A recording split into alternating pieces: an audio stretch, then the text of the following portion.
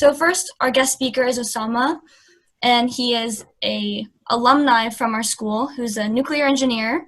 And in his free time, he loves to dedicate his time attending conferences, reading biographies, histories, psychology, and philosophy, and producing educational video content on his YouTube channel.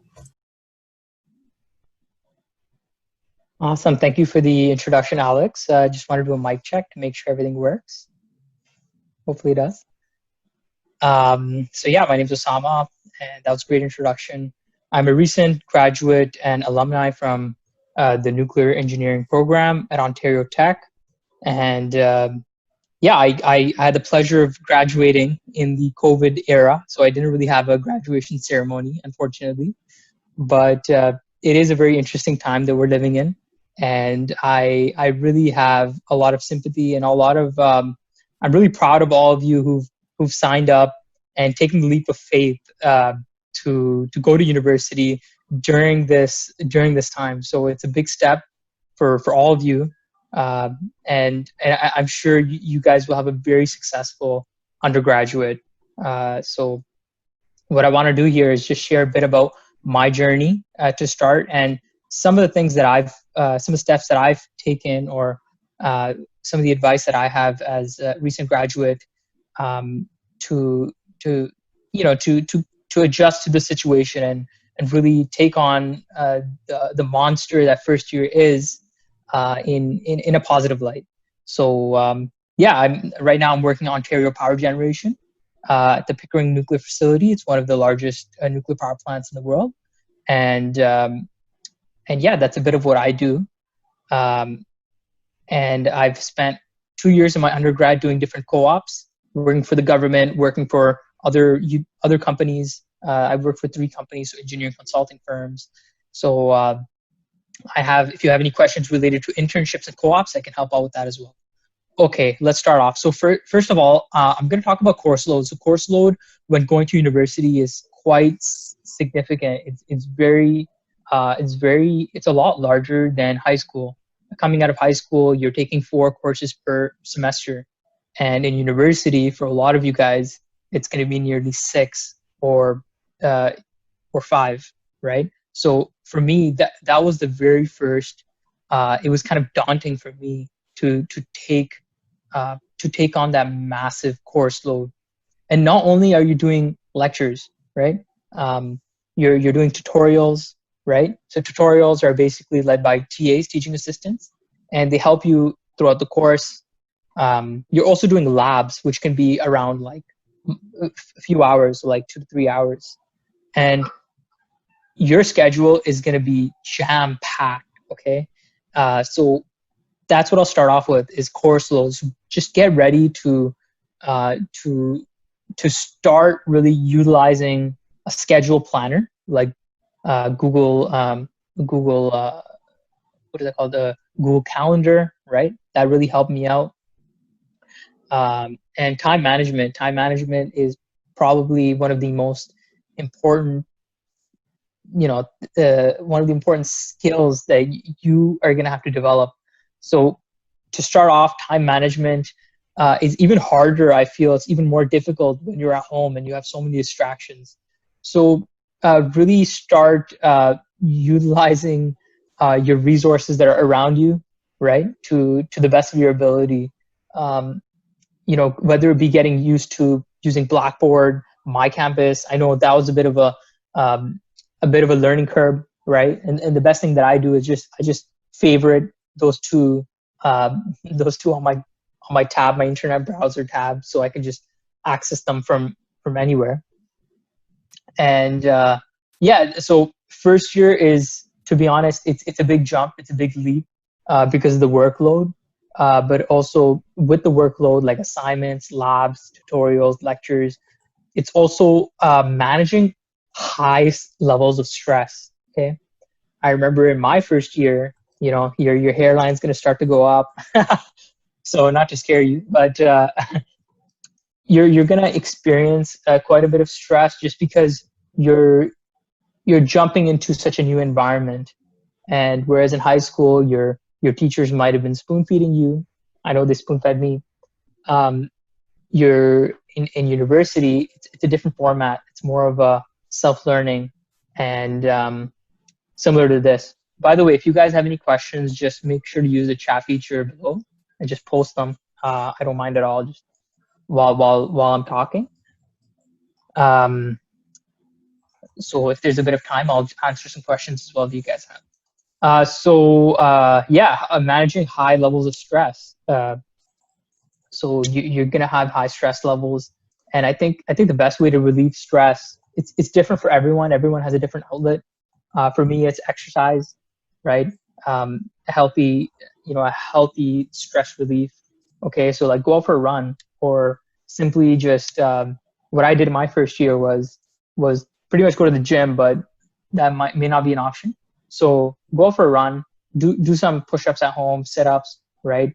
Look up some routines, yoga, right? You can really do that easily at home, just watching a YouTube video. Now let's get into online courses. Okay, online courses are a bit different. It's a different ball game as compared to, I feel, in person. Online courses really dependent on what you enjoy. You can become disengaged very easily for me, because I'm a person who kind of feels the energy in a room and really interacts with that energy, and that energy feeds me in terms of my enthusiasm and my concentration. So I'm working from home right now, and even while taking online courses in my undergrad, I saw that learning curve of just really having to focus a lot more. Okay, and writing down questions, taking down notes. So I've taken very, very difficult courses, right? Like very high intensity, like nuclear fusion.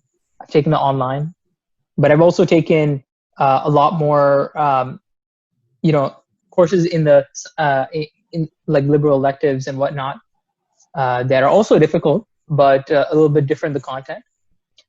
So for me, I find that online courses aren't actually as scary as you may think. Okay, it's very convenient to attend them because you can really. There's a lot of benefits to online courses, but what I would recommend is try your best to stay engaged, make some friends in those courses, and maybe even plan to attend them together. That's one strategy that you can use toward attending online courses. Okay, let's see. So another thing that working from home is your environment. Okay, your environment plays a huge impact on influencing your behavior. Okay, and this I've done a lot of research into this field because I've been working from home, so I need to understand this to kind of I'm facing the same issues that you'll be facing very soon. And the first thing is that right now I'm sitting on my couch, right? So if you're humans, we like to do certain tasks in certain environments, like our minds are kind of adapted toward that scenario. So if I'm hanging out on my couch, and usually on my couch I watch TV, it wouldn't be the best spot for me to maybe read a book or read my physics book, right? Because your attention will not always be driven toward that book. So I would recommend playing around with your environment so that you can utilize it for one task only, right? Not a specific course, but if you're using your table at home to kind of study, then only use it to study. Don't start playing games there because of how humans interact with environments. So Barbara asks, what was it like in college? University, college. It's for me, the study spot that I really thrived in was the third floor of the study room in the library, and it's pin drop silence, and I really thrived in that environment, whereas some people go crazy in that environment. So what I would recommend, Barbara, or to you guys in the chat, everyone, is to really find something that fits you, right? Like some of my friends, they learn better in groups, like group activities, group work, and a lot of my friends, they learn better in maybe a semi loud environment like a coffee shop, and others like me learn in a very very silent environment. So so really, you're going to figure out, dip your toes into the water, find out what environment do you thrive in. So it's going to be a journey of self-discovery, and I think you'll really love it. um, one question that I kind of put down is finding your passion. Okay, so how many of you right now have think that they have found their passions? Comment in the, or put in a message, yes or no, that have you found your passion yet? Or do you think, are you confident that this is something that you want to do for the rest of your life? Like you are set for your career path?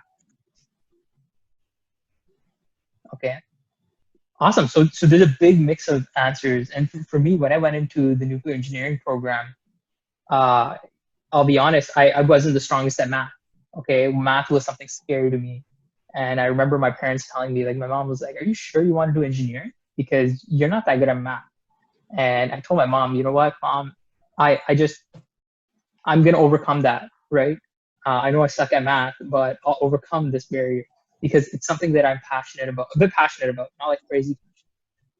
And what happened was I really developed my passion over time. Okay, so for me, my passion didn't start in the beginning. It was something that developed over time. And I feel as though in first year, it's a discovery, right? And the best way to find your passion is to look up to someone like an alumni, or approach a professor like Professor McMillan, and find a mentor, find someone that you can go to and really get that guidance from, um, get that insight from. Like, hey, if it's a third year student that just did an internship that you really want to do, go approach them and find out, uh, how their journey is like, find out what their personality is like.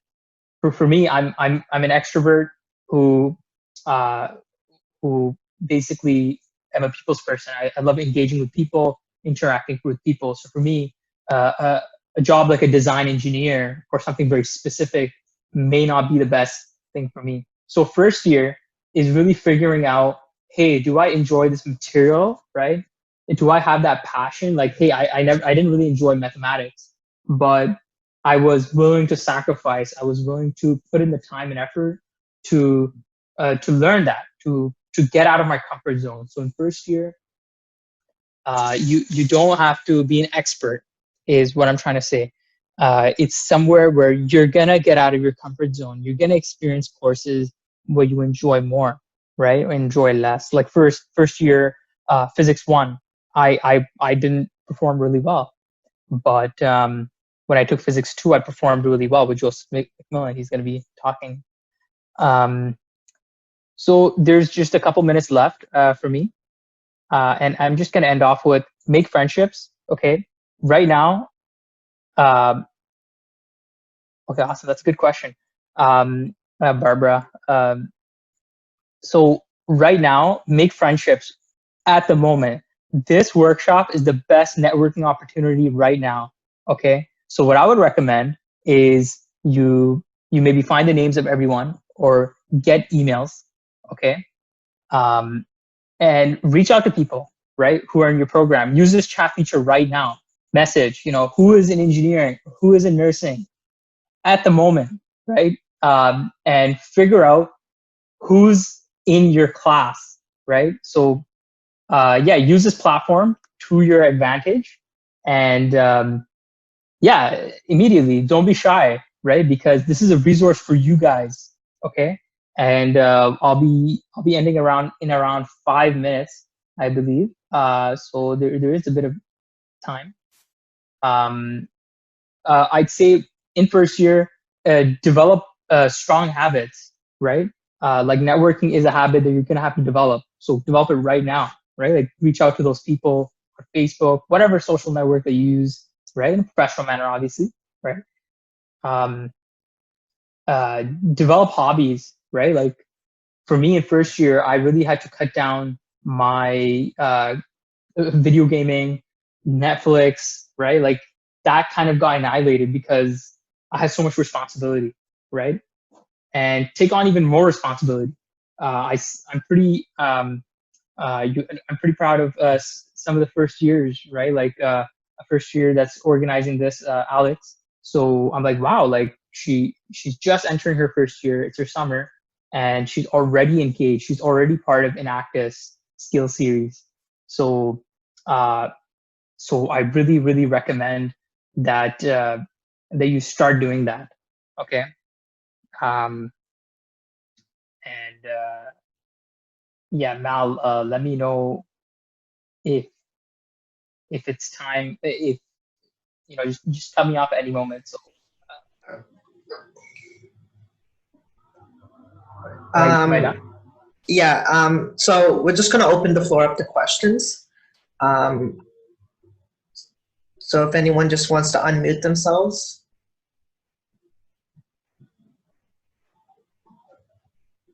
Or type in the chat box, and then you can answer those questions.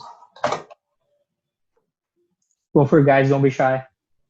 Mal, can you hear me? Yep.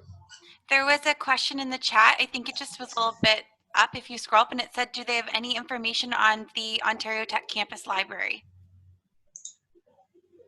All right. So not at the moment, as far as I know. I know, Osama, you probably graduated, so you might not know as much as well. Yeah, I have no clue. Sorry, guys. But we will let you guys know. So if you guys are not a part of the undergraduate chat, so I will, in the follow-up email after this event, I will, we'll be sending some links to Facebook pages, Discord groups for students, created by students for students, that you can access other resources for and important things like that. And we could just sort of go from there. All right, guys, is that okay? That's okay. Mal, I do know that the library came out and they said they will be offering some seats that'll be 6 feet apart.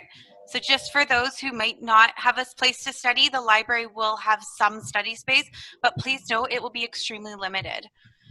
So I'm not sure, again, all the little details on how they're working that out if you book a space, but that is the good news. They will have some spots for students to study, and masks will be required when you are in the building. What about for transcripts, if you can hear me? We can hear you. Go ahead. I was asking about like the transcripts, like of how you put them in or things like that. The transcripts, Yes. what type of transcripts are you talking about? Like the transcripts for your grades or things that your teachers have not gotten in yet. Oh, like the things, okay. yeah. Okay. Like the teacher transcripts. I see. Professor McMillan, do you want to answer that one? Yeah, I really think that's probably a question for admissions or the registrar's office. If you're looking to submit like late high school grades, if that's what you're thinking about, then you'd have to reach out to the admissions office directly.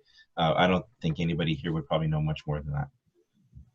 Okay, that's good enough to know. Yeah, are you facing some sort of problem? I suppose so. Like I did put in my transcript at least 2 times, but they didn't email me anything back yet. Okay, I would recommend calling them as well. Just bug them as much as possible.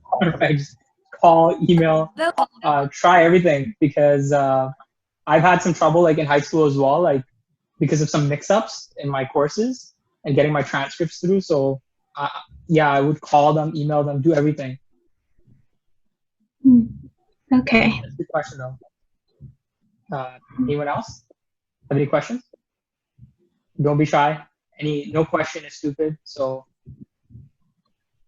every question is valuable. Osama, there was a question that someone asked that said, what time should they wake up at? I think you were going to comment on it. Did you want to talk about that? Sure. Yeah, I think sleep is very important in first year. and it's something that I kind of didn't do my best in taking advantage of.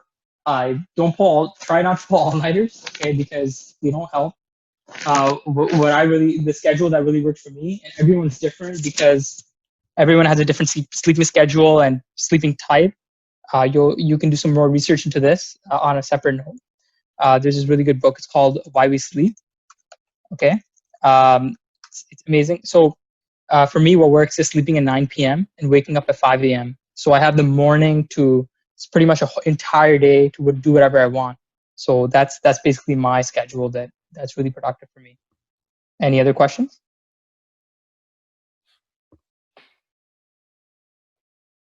How much did your marks drop from high school to first year? Oh, that's a really good question, Anna. So for me, I'm going to be really honest here, right? I'm not claiming to be a 4.0 GPA student. Okay.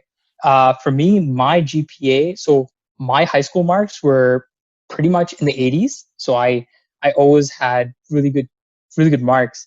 And oh my God, first year engineering took the biggest hit. I think my GPA was probably like 2.3. So I went from like an 80 something percent all the way down to almost like a 60 something, right? Like 60, I don't know what that is, like 63, 64%. So that's like almost 20% hit, okay? So for me, on a personal level, it took a huge hit. So yeah, like, and then in the second and third year, fourth year, it really went up after that. So yeah, a lot of first years, they do experience that, like marks going down. But I've also seen the opposite, where actually, yeah, I don't see the opposite too often. but yeah, that's a good question, Anna. So for me, my marks went down 20%. So huge hit. Oh, so yeah, so for Noor, her marks pretty much stayed similar, and I'm sure it's because of her work ethic and the amount of time that she dedicated toward that. Yeah, that's a good question. Did your studying habits change from high school to university? Yes, they did, very much, because as I said, in high school, teachers are pretty much spoon feeding you, whereas in university, it's more of a lecture format, larger class sizes, like 200-300 kids in a class. So it's a different format, and in university, there's more self-learning. So for me, I had to learn how to learn. Okay, if that makes sense. So yeah, my studying habits did change a lot from high school to university. So yeah, Kyra is a peer leader. So she's ready to help. So yeah, network, guys. Use this place, this workshop.